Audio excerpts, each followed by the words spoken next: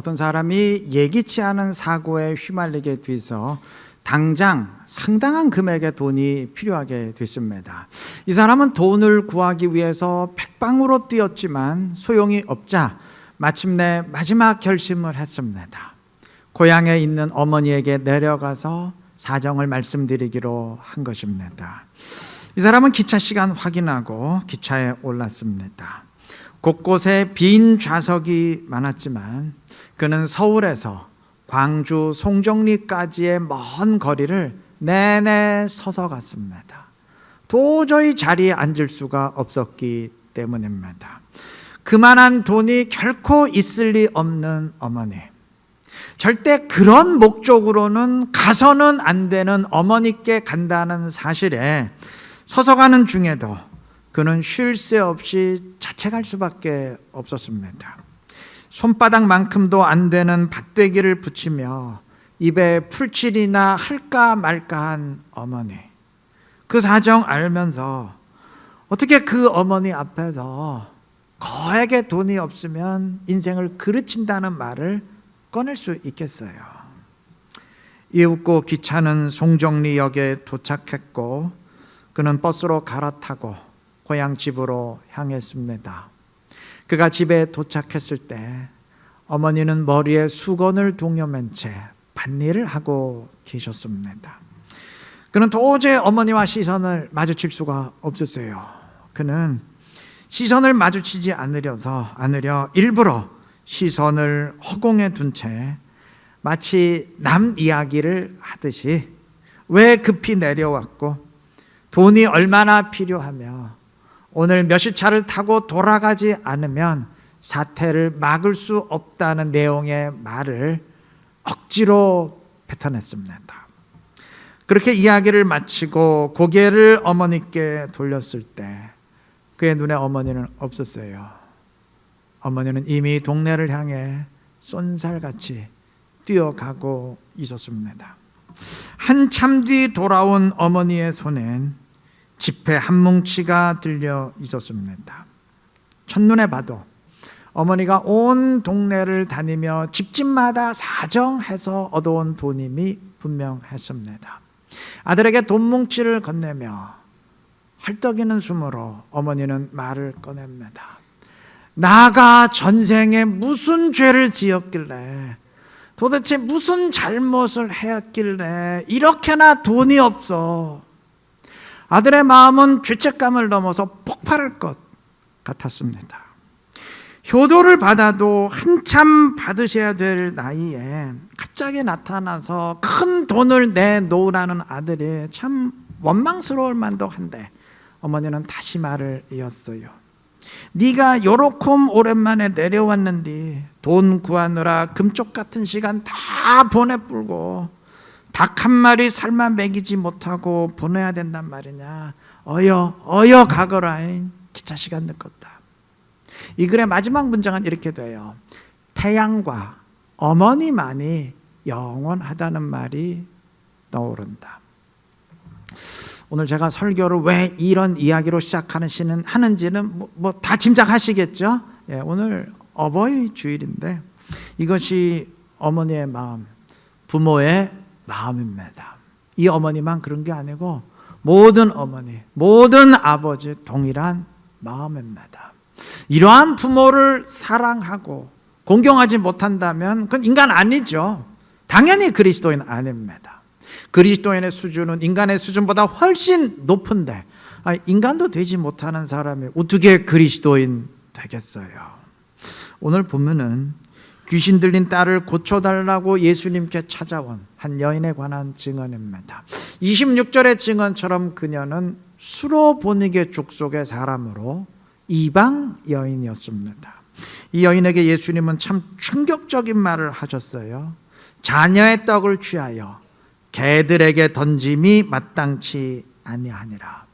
이 말에서 자녀는 유대인을 말하고 개는 이방인을 말합니다. 하나님의 은혜는 오직 이스라엘 유대인만을 위한 것이지 이방 사람들에겐 해당 사항 없다. 그게 이스라엘의 사고 방식이었는데 지금 예수님이 똑같은 말 하신 거예요. 자, 이게 말이 안 되죠. 만약 예수님이 이 말을 진심으로 하신 것이라면 그건 메시아 아닙니다. 아니, 모든 민족을 구원해야 될 분이 이방인에겐 은혜 안 베풀겠다 그러면 그 말 자체가 안 되잖아요. 그리고 지금 불쌍한 여인을 바로 앞에서 면전에서 개라고 불렀는데 이거는 동네 깡패들이나 할 말이지 이게 메시아가 할 말은 아니죠.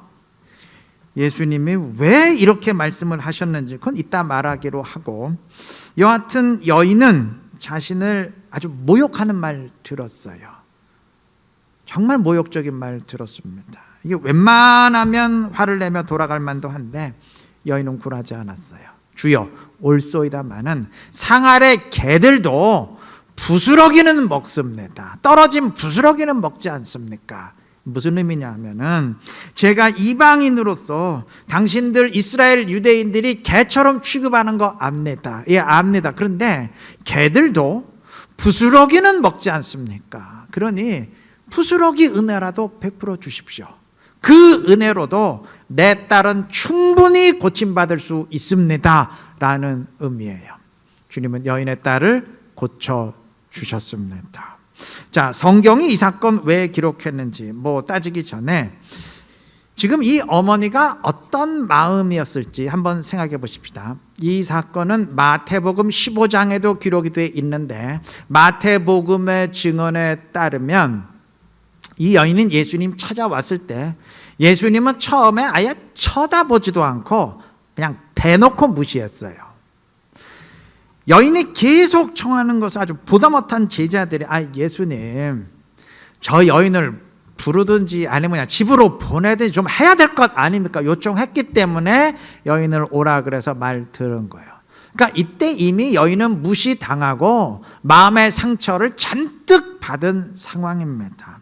이 상황에서 여인이 제발 우리 딸 좀 고쳐달라고 간청하는데 예수님이 정말 입에 올려서는 안 돼. 아주 모욕적인 말을 하셨어요. 상처에 상처가 더해진 상황이죠. 안 그래도 좀 상처를 받고 있는데 거기에 아주 정말 칼날 같은 상처를 더한 상황이에요. 아마 다른 부탁하기 위해서 온 것이었다면 이 여인 미련 없이 돌아갔을 겁니다. 자존심이 잔뜩 상한 상황에서 당신 같은 인간이 무슨 메시아냐며 아마 격한 비난의 말을 쏟아냈을지도 모르죠. 여인의 반응은 그러지 않았어요. 여인은 계속 간청합니다. 왜 그랬을까요? 딸의 문제를 해결해야 되기 때문이죠. 예수님이 설령 더 심한 말 했어도 이 여인 결코 떠나지 않고 끝까지 간청했을 겁니다. 여자는 약해도 어머니는 강합니다. 귀신 들린 문제는 지금도 마찬가지지만 그때도 의학적으로는 해결 불가합니다. 절망에 빠진 이 어머니에게 예수님이 곳곳에서 귀신 들린 자를 고치셨다는 소문은 유일한 희망이었습니다. 그래서 먼 곳에서부터 달려와서 겨우 예수님 만났는데 그깟 모욕적인 말이 문제겠어요? 그깟 자존심의 상처가 문제겠습니까? 딸만 고칠 수 있다면 이 어머니 뭐라도 했을 겁니다. 저를 욕해도 좋고 모욕해도 좋고 죽여도 좋으니까 제발 우리 딸만 좀 고쳐주십시오. 딸을 고칠 수만 있다면 저는 아무래도 상관없습니다. 이게 이 여인의 마음이고 세상 모든 어머니의 마음이고 부모의 마음입니다. 누가 아니라고 부정하겠어요? 축구선수 손흥민의 아버지 손흥정 씨가 모든 것은 기본에서 시작한다라는 책을 쓴 적이 있는데 그 책에서 고백하는 내용입니다. 이분도 한때는 프로축구 선수로서 국가대표 상비군에 소속되기까지 했던 사람인데 그만 이른 나이에 뜻하지 않는 부상으로 축구를 그만둬야 됐어요. 이분이 은퇴를 했을 때 결혼을 일찍 했기 때문에 이미 두 아들이 있었는데 20대 후반의 나이에 일찍 은퇴하다 보니까 이게 모아놓은 돈도 없고 곧 생활고에 직면하게 됐습니다. 그래서 이분이 한 것이 막노동입니다. 막노동판에서 일하는데 얼굴을 알아보는 사람이 있어서 아니 프로축구 선수로 뛰던 사람이 무슨 막노동이냐 비아냥거림을 듣기도 했어요. 그러한 시선에 이분도 잠시 마음을 빼앗기긴 했지만 곧 막노동이 창피한 게 아니다. 그걸 창피하게 여기는 게 창피한 거다. 스스로 다독이며 마음을 잡았다고 합니다. 그 이유는 두 아들을 비롯한 가족 때문이에요. 이분의 고백입니다. 가족을 위해서라면 개똥밭에서 구를 수도 있고 불구덩이 속으로 뛰어들 수도 있다. 내 뼈가 부스러지더라도 내가 책임져야 될 것을 먼저 돌봐야 된다. 이분은 손흥민 선수가 어릴 때부터 직접 축구를 지도한 것으로 유명한데 집이 워낙 가난하다 보니까 컨테이너 방 하나에 온 식구가 살았다고 합니다. 근데 어느 추운 겨울날 방문을 열고 밖으로 나가려는데 문이 안 열려요. 보니까 고드름이 얼어붙어서 고드름에 바깥문이 얼어붙은 거예요. 그렇게 가난하게 살았어도 이분은 항상 아들 손흥민을 위해서는 제일 비싸고 좋은 축구화를 신겼다고 합니다. 놀랄 거 없어요. 모든 부모가 이렇습니다. 창세기 9장에 따르면 노아가 그만 술에 만취해서 벌거벗고 누운 추태를 부렸어요. 이때 아들 함은 아버지의 수치를 감추지 않고 형제들에게 다 알렸던 반면 셈과 야벳은 아버지의 벗은 몸 보지 않으려고 뒷걸음쳐 들어가서 그 몸에 옷을 덮음으로 공경하는 태도를 보였습니다. 하나님은 아버지를 공경한 셈과 야벳에겐 복을 내리셨지만 그러하지 못한 함과 그의 자손은 저주하셨는데 창세기 9장 25절은 가나안은 저주를 받아라고 하면서 가나안에게 저주를 선포했어요. 아니 잘못은 아버지 함이 했는데 왜 저주는 아들 가나안에게 내리나요? 이상하게 여겨질 수 있는데 한 번만 생각해 보면 하등 이상할 게 없어요. 여러분, 아버지 잘못 때문에 아들이 저주를 받았어요. 자, 그러면 저주받은 자식과 그걸 눈뜨고 지켜봐야 되는 아버지 가운데 누가 더 고통스러우리라 생각하십니까? 아버지의 아들이에요. 아버지죠. 이건 세상 모든 부모가 마찬가지입니다. 그러니까 함이 제일 큰 벌을 받은 겁니다. 부모에게 자식이 고통당하는 것보다 더 큰 고통은 없어요. 하물며 그 고통이 자신의 잘못 때문에 지금 임하는 것인데 그보다 더 끔찍한 고통은 없는 거죠. 이게 부모의 마음입니다. 하나님이 우리와 그의 관계를 아버지와 자식의 관계로 말씀하시는 이유가 이 때문이에요. 하나님의 사랑을 인간 세상에서 가장 잘 드러내는 게 부모의 사랑이기 때문입니다. 자식이 고통당하며 통증을 느낄 때 부모는 단지 염려하지 않아요. 똑같이 통증 느낍니다. 우리 아버지 하나님도 마찬가지입니다. 부모라고 다 똑똑하고 지혜로운 건 아니죠. 어리석은 부모도 있어요. 부모라고 다 인품이 훌륭한 건 아닙니다. 부도덕한 부모도 많이 있습니다. 그러나 한 가지는 예외 없이 분명해요. 이 세상에서 나를 가장 아끼고 사랑하시는 분은 나의 어머니와 아버지, 부모님입니다. 그건 세상 모든 부모의 예외 없는 사실입니다. 부모를 사랑하지 않는 사람은 하나님도 사랑할 수 없습니다. 요한일서 4장 20절은 보는 바 그 형제를 사랑하지 아니하는 자는 보지 못하는 바 하나님을 사랑할 수 없느니라 했는데 부모를 사랑하지 않는 사람은 다른 형제도 사랑할 수 없기 때문입니다. 나를 가장 사랑하는 사람도 내가 사랑하지 못하는데 뭐 다른 사람까지 사랑하겠어요? 바꿔 말하면 우리는 눈에 안 보이는 하나님도 사랑하는 사람인데 이 땅에서 나를 가장 사랑하는 부모님은 그 당연히 사랑하지 않겠습니까? 당연한 일인데 당연한 일은 당연히 하십시다. 혹 여러분 가운데 이런 분 계실 거예요.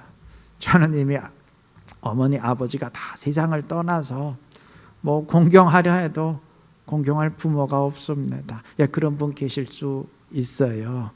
예, 그러나 육신의 부모는 없을지라도 우리 영적 부모의 아버지 하나님은 영원하시잖아요. 우리 하나님 아버지 더 공경하고 사랑할 수 있기를 바랍니다. 그래서 사랑받은 사람으로서 사랑하며 주님의 뜻대로 행할 수 있는 지혜롭고 복된 우리 이룬계 모든 성도님들 되시기 바랍니다. 수로보니게 여인이 부스러기 은혜라도 베풀어 달라고 간청했던 이유는 물론 딸을 고치기 위한 어머니의 마음 때문입니다. 딸의 문제 해결할 수만 있다면, 딸의 고통을 제거할 수 있다면 세상 어느 부모라도요 그 정도는 아무것도 아니죠. 그보다 더한 일이라도 다 하지요. 자, 그런데 이제 그와 더불어서 이 여인에게 또 하나 있는 것이 있었습니다. 믿음입니다. 딸을 사랑하는 어머니의 마음이 아무리 깊고 강하다고 한들 아무에게나 가서 간청하지는 않아요.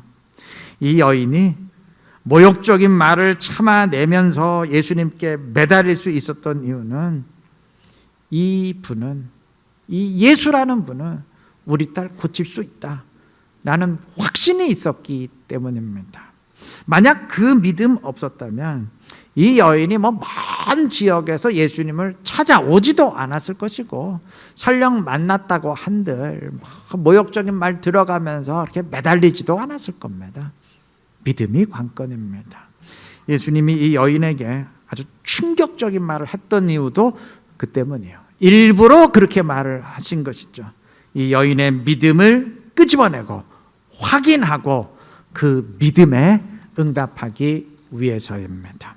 이 사건이 기록된 마태복음 15장 28절에 의하면 주님은 여자여 내 믿음이 크도다, 이 여인의 믿음을 언급하시면서 네 소원대로 되리라, 여인의 딸을 고쳐주셨습니다.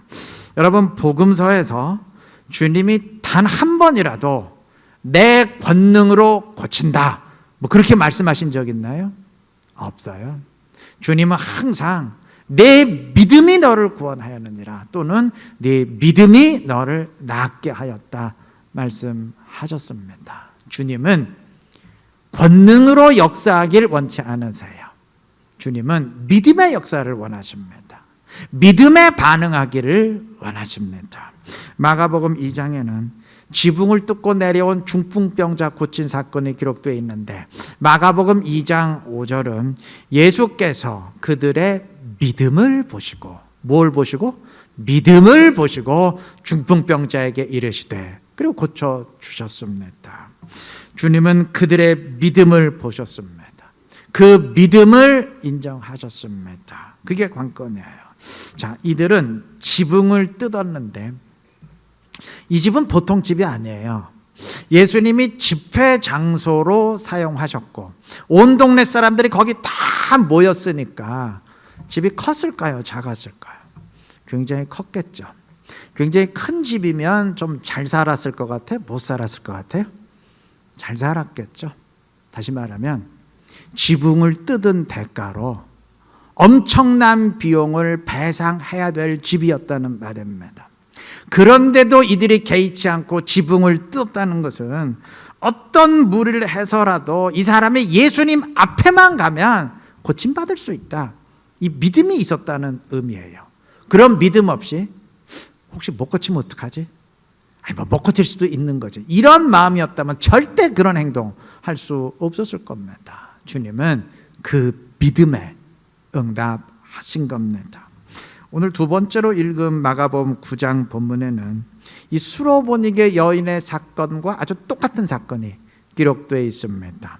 어느 아버지가 귀신 들린 아들을 고쳐달라고 예수님께 왔어요. 자, 어머니가 귀신 들린 딸을 고쳐달라는 사건이나 아버지가 귀신 들린 아들을 고쳐달라는 사건이나, 이게 남자냐 여자냐고 성별의 차이만 있을 뿐이지 내용은 똑같지요. 예, 맞아요. 똑같은 사건입니다. 그런데 똑같은데 딱 하나 결정적인 차이가 있습니다. 이 여인에겐 믿음이 있었던 반면 아이 아버지에게는 믿음이 없었어요. 아이 아버지는 이렇게 예수님께 말합니다. 9장 22절. 무엇을 하실 수 있거든 우리를 불쌍히 여기사 도와주옵소서. 자, 무엇을 하실 수 있거든. 무슨 의미죠? 혹시 우리 아들 고치실 수 있다면 좀 고쳐주십시오 라는 부탁인데, 이거는 확신이 아니죠. 한 절반 정도는 의심이 섞인, 고칠 수 있으실래나 없으실래나 의심이 섞인 말이죠. 이 믿음이 아니에요. 주님은 이것을 바로 지적하셨습니다. 할 수 있거든이 무슨 말이냐? 믿는 자에게는 능히 하지 못할 일이 없느니라. 아주 유명한 구절이죠. 자, 이를 듣고 아이의 아버지가 외쳤습니다. 24절. 내가 믿나이다. 나의 믿음 없는 것을 도와주소서. 아이 아버지는 다급한 나머지 내가 믿나이다, 예 믿습니다 라고 외쳤어요. 성경이 외쳤다고 한 것을 보니까 뭐 크게 믿습니다 그랬던 것 같아요. 그런데 말해놓고 보니까 정신이 번쩍 들었어요. 사실 안 믿거든요. 지금 믿음이 없거든요. 아이 아버지는 바로 자기 말을 수정합니다. 나의 믿음 없는 것을 도와주소서. 믿습니다 내가 외치긴 했는데 솔직히 저에게 믿음이 없습니다. 안 믿어집니다. 제발 저에게 믿음이 생겨나도록 좀 도와주십시오. 믿음을 저에게 좀 허락해 주십시오 하는 간청이죠. 주님은 응답하셨습니다. 여러분, 이거 굉장히 중요한 원리입니다. 믿음이 있을 때 주님은 역사하십니다. 그런데 믿는다고 하는데 믿음이 없을 수 있어요. 이 아이 아버지처럼 믿습니다 외쳤는데 솔직히 믿음이 없을 수 있어요. 립 서비스일 뿐이지 마음은 그렇지 않을 수 있어요. 이때 우리에게 아이 아버지와 같은 태도가 필요합니다. 나의 믿음 없음을 도와주십시오. 내가 믿습니다 외치긴 하는데, 아멘 아멘 하긴 하는데 솔직히 내 안에 믿음이 없습니다. 아시지 않습니까? 다른 사람은 다 속일 수 있는데 주님은 내 마음 꿰뚫어 보지 않습니까? 믿음 주십시오. 저의 믿음 없는 것을 도와주시고 저에게 믿음을 불어넣어 주십시오. 간청하시면 됩니다. 그러면 주님이 역사하시는 줄 믿습니다. 주님의 권능은 예나 지금이나 변함이 없어요. 이 본문의 시대나 지금이나 하등 변함이 없어요. 관건은 우리의 믿음입니다. 아무리 주님이 권능의 주님이시라도, 아무리 주님이 은혜를 베풀길 원하셔도 우리의 믿음이 준비되어 있지 않으면 주님이 역사하실 수가 없습니다. 믿음이 있어야 됩니다. 혹 여러분 가운데,